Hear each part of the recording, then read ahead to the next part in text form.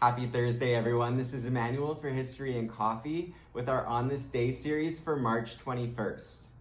Today we are talking about March 21st, 1947, when President Harry S. Truman issued Executive Order 9835, demanding and requiring strict loyalty to the United States by all federal employees. In the order, he argued that all federal workers directly oversaw and maintained American democracy, and as a result, all needed to be heavily scrutinized.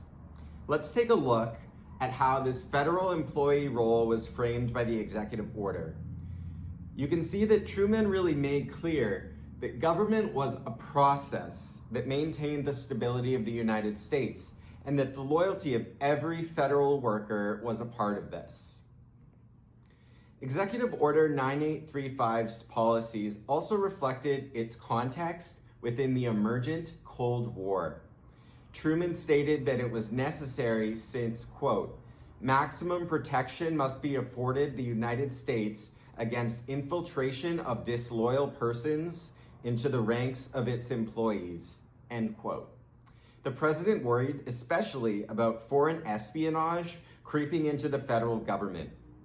This executive order also created a list to be maintained by the Attorney General that included all organizations believed to be, quote, totalitarian, fascist, communist, or subversive, or as having adopted a policy of advocating or approving the commission of acts of force or violence to deny others their rights under the Constitution of the United States, or as seeking to alter the form of government of the United States by unconstitutional means, end quote. This list became known as the Attorney General's List of Subversive Organizations, or AGLOSO. Some of the first reported members of this list were the Washington Bookshop Association, American Youth for Democracy, National Negro Congress, Protestant War Veterans of the United States, National Council of American Soviet Friendship, Hollywood Writers Mobilization for Defense, and the Veterans of the Abraham Lincoln Brigade.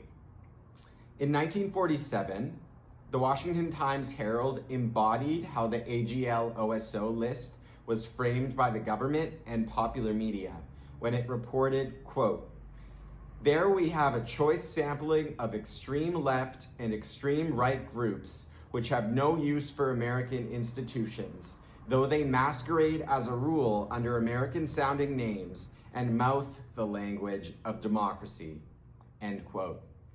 As this report shows, Executive Order 9835 accelerated suspicions and fears of deception against the United States by individuals and organizations.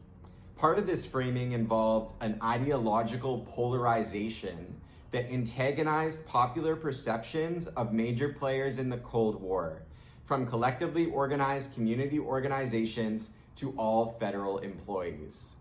Thank you so much for watching. I hope you will join me again tomorrow for the next edition of our On This Day video series.